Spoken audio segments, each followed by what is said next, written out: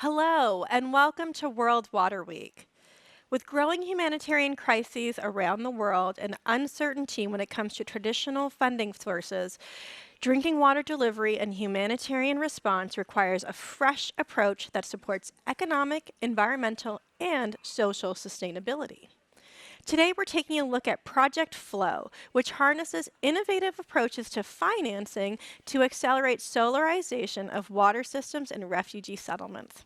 To dig into this and more, I am joined by Francesca Coloni, Chief of UNHCR's Technical Support Section, leading global work on water, sanitation, settlements, shelter, energy, and sustainability. An engineer by training and has been working in the humanitarian sector for almost 2 decades. Very welcome. And Yazan Abdallah, Associate Energy Officer for UNHCR with 14 years of field experience in both Jordan and Ethiopia, and brings engineering expertise and field leadership in water and sustainable infrastructure. Thank you both for being here. Francesca, let's start with you. As a seasoned humanitarian, you have seen how humanitarian emergencies unfold over numerous continents and from multiple threats. For those of our audience members who are not as familiar with the humanitarian response, can you help paint a clearer picture? And what are we really talking about in this situation? Thank you very much, Kanika. Let me start also saying what UNHCR is mandated to do. UNHCR is mandated to assist and protect millions of refugees who are forced to flee war and persecution.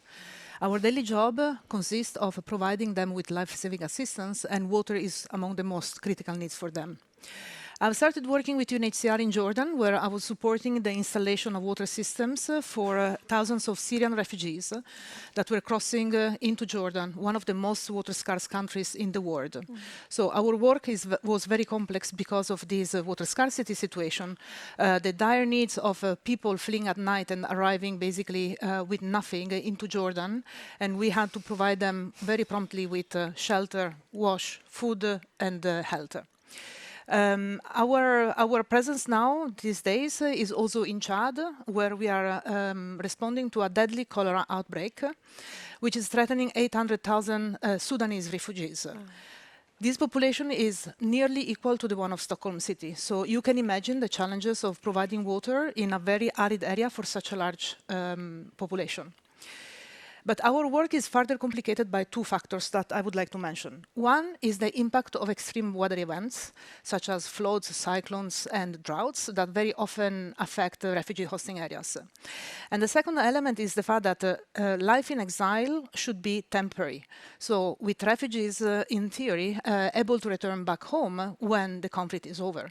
But we see dangerous trends of protracted conflicts and therefore protracted displacement. So while humanitarian aid is supposed to be of temporary nature, the humanitarian needs are getting longer and longer, and funding situation is also dwindling. So there is a call for all of us, humanitarian actors, to act and think differently and integrate sustainability from environmental, but also social and financial perspective into the way we work. I mean, it sounds so complex. You're talking about so many different layers of complexity, size, different environments, moving landscapes, moving people, but then also challenges when it comes to uncertainty in precipitation patterns, uncertainty in water availability, and then also now challenges when it comes to funding. It's a lot. Yes, and under extreme challenges that Francesca has just laid out, how has UNHCR and other humanitarian agencies typically provided drinking water to those in need, and why does this model need to change? Thank you so much, Kanika. Actually, in emergency situations, the fastest and the quickest way to address critical water needs are diesel power generators. We know it's very quick to deploy with relatively low upfront costs and easy to operate and maintain at the beginning. However, when the situation prolonged, the fuel issue comes into picture. So, quick example in Ethiopia, for example, prices of fuel due to inflation and changes of the currency increased almost 400% with a very limited number of years. Adding to that also the environmental impact of those generators. You have the CO2 emissions, you have the problems with the air quality. And with a very limited humanitarian aid funding, with competing priorities, it will be very difficult to invest large amount of money into clean infrastructure like solar. Not only the technical and the financial barriers and challenges, when you add very fragile supply chains, difficult routes to get those spare parts and those items, it's become more and more challenging. So to address all those types of challenges, Project Flow comes into picture.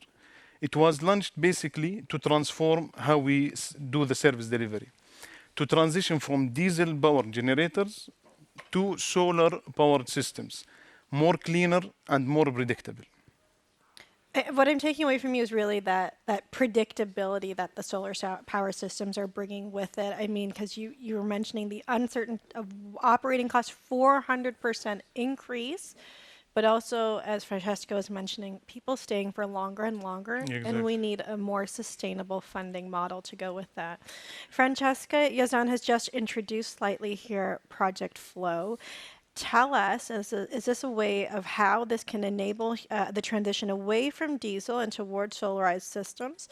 And how is the funding model different than those that we've traditionally seen? Thanks. So UNHCR has actually solarized 50% of the boreholes that we have to run in the field.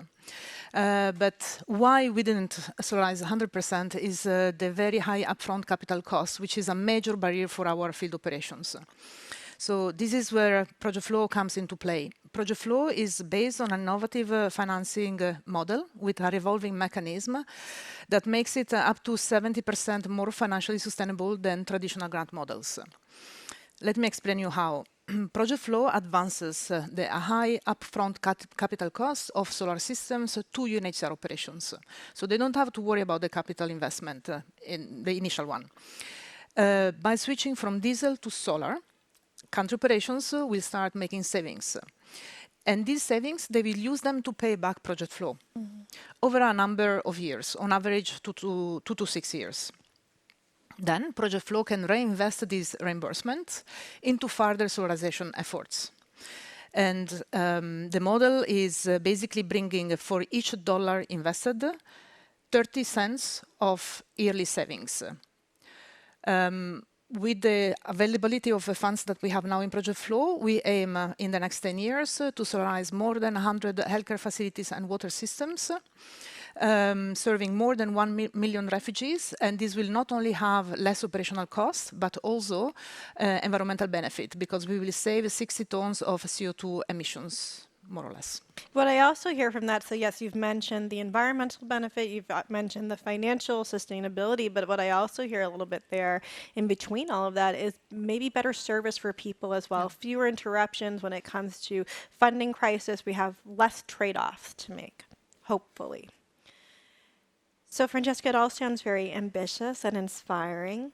So what have the early results shown you? So Project Flow is well underway, with the first country operations already benefiting from its impact. We have run feasibility studies in 6 countries for more or less 60 infrastructures, both water systems and healthcare facilities. These data collected in field through feasibility studies allowed us to identify the optimal design as well as the financial scenario. But not all systems that we have assessed have actually made the case for Project Flow.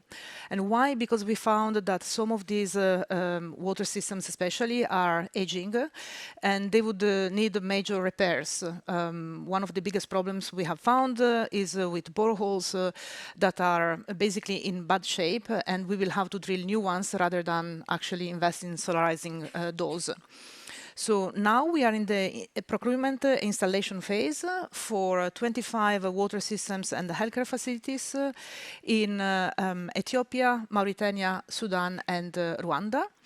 The beneficiaries that will benefit with this first round of installation is around 1.2 million refugees and their hosting communities, for a total investment of $3 million. Wow, really quite impressive.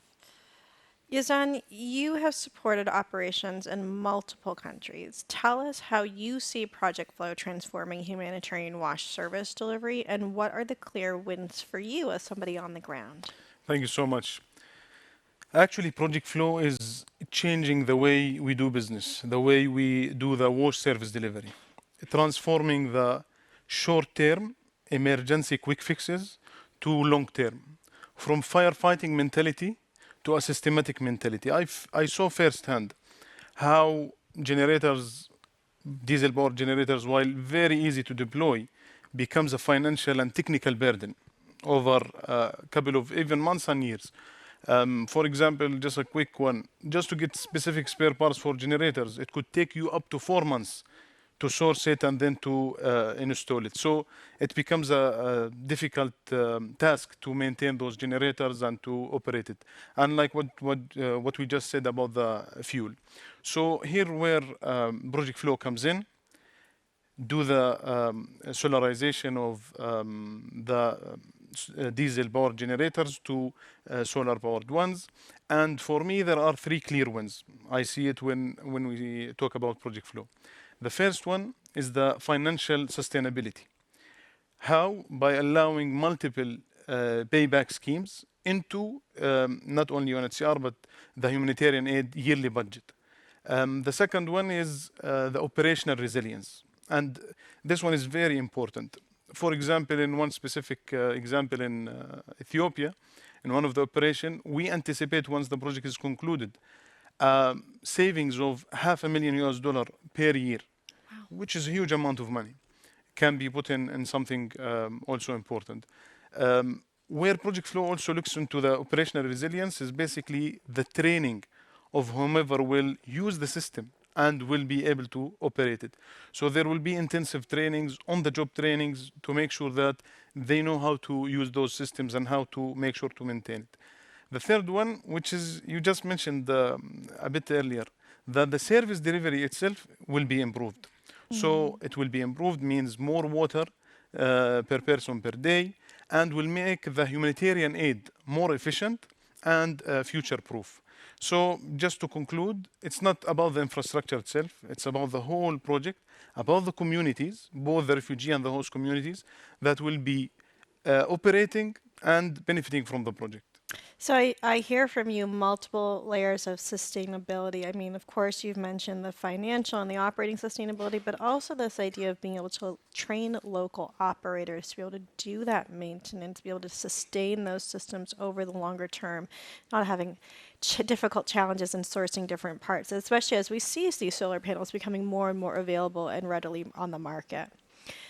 I'd like to ask you both about partners and partnership. I mean, clearly these are huge undertakings that can't be done just on your own.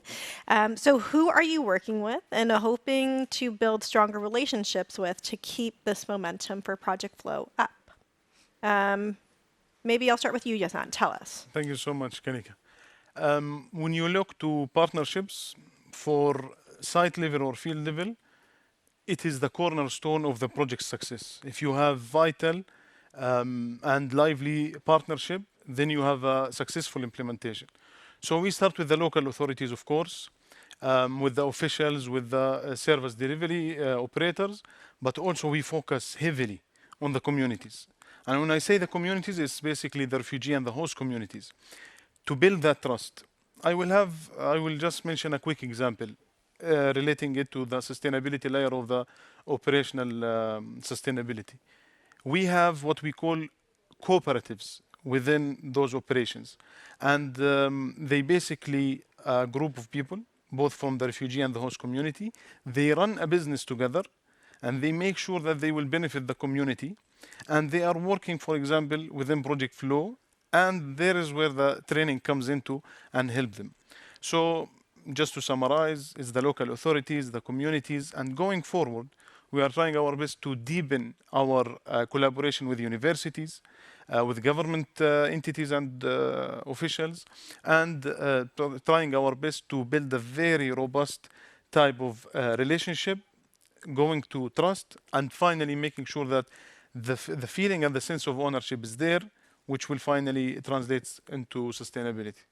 So I hear from you trust, sense of ownership, but I also really like this idea of these cooperatives and that there should be a gain. There needs to be a local gain for people to stay involved. Francesca, please, who else would you add to the list of partners? Maybe I would like to start with a consideration before answering your good question. Even if provision of water can truly save life of refugees, installation and solarization water system, it's not just a charity organization. It's a true, real engineering project. And as every engineering project, it requires good professionals with adequate resources and innovative thinking. Now, it is an engineering project. Infrastructures are important, but I want to re-echo what Yazan said. The social component, the social engineering of our project is also very important. Cooperation with local authorities, such as water utilities, as well as development actors that can support those utilities, is also very crucial because they can ensure the longer term sustainability once, for instance, those systems are also handed over to them for them to manage those. And then I would like to mention, of course, among the resources, our courageous donors, notably Grundfos Foundation, the Danish Ministry of Foreign Affairs, and the German Agency for International Cooperation, GIZ, who have, as I said, courageously decided to invest in an innovative model, even though this model is operated in very fragile and unpredictable situations. Now, project flow model can be also learned and utilized also by other humanitarian actors for the best outcomes for all. Thank you so much. I mean, there's so many opportunities is what I hear. And there's also opportunity, I think, for more to get involved with this. So you have some great leadership already from the Grundfos Foundation and from academia, but I feel that there's room for more.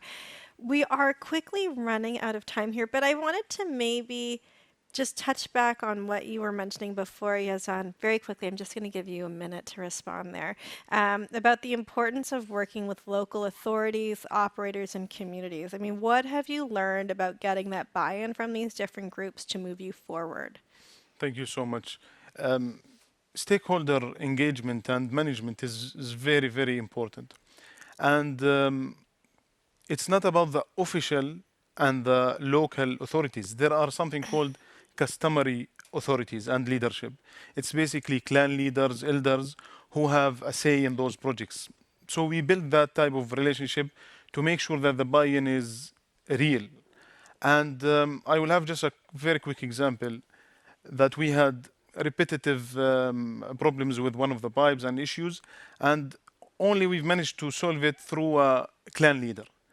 So if you have the buy-in, if you make sure that you have this type of trust, understand the mechanisms, then you will be able to deliver better. And also, just maybe within just 10 seconds, it's very important to share and to stress to the communities, both the refugee and the host, that this is not only for the current generation, but also for future generations. And this is how they will have this type of ownership to those assets and to those projects. Yes, and I think that point about future generations is so important. I mean, not only are we talking about a multi-generational climate crisis, which you're able to contribute to, but also, as Francesca mentioned at the beginning, some of these poor children are born into these camps and will be staying there for the majority of their lives, if not their whole lives. So there's multi-generational issues. We have less than 2 minutes left. You've unearthed a lot in today's discussion, and I'd like to come back to both of you with your key messages and learnings for our audience. In a few words, can you tell us what's been the single most important learning or challenge for you so far, and what are you hopeful for in the future? So, Francesca, I'm going to give you 30 seconds. Okay. First of all, cyclical donations for humanitarian aid are no longer a viable business model. Time of crisis with protracted displacement can also accelerate creativity and innovation. We have seen that Project Flow is innovative, but it has also proven its scalability as the country operations such as Ethiopia and Sudan, who have participated to the first round of feasibility assessment, have now expressed interest for more sites to be solarized for the second round. The second very important learning is also, as you also referred to, watch the market because the technology is advancing quite fast and the market of solar systems have become more affordable. So maybe in the future we will continue monitoring what is available out there that can be applied to humanitarian settings.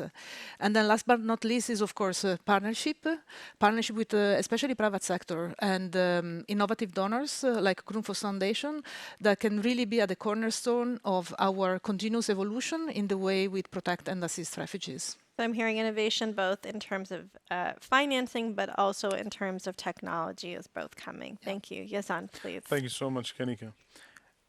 If I just want to have one message about the learning journey we had, it's not to overlook the landowners. They are very, very important in any type of project that you want to implement. So to get their buy-in, like what we've just said, but they are one of the most important things to look into and to agree on. And actually through project flow, through those steps Francesca laid out, the feasibility studies, the detailed designs, and finally the environment and impact and social impact assessments. I think I could spend all day chatting with you both about this. It sounds fascinating, and I'm really looking forward to seeing how it continues to grow and develop into the future. Thank you so much for joining us today and sharing more about Project Flow. It's been a truly inspiring and informative conversation, and we're really looking forward to seeing how it progresses in the future.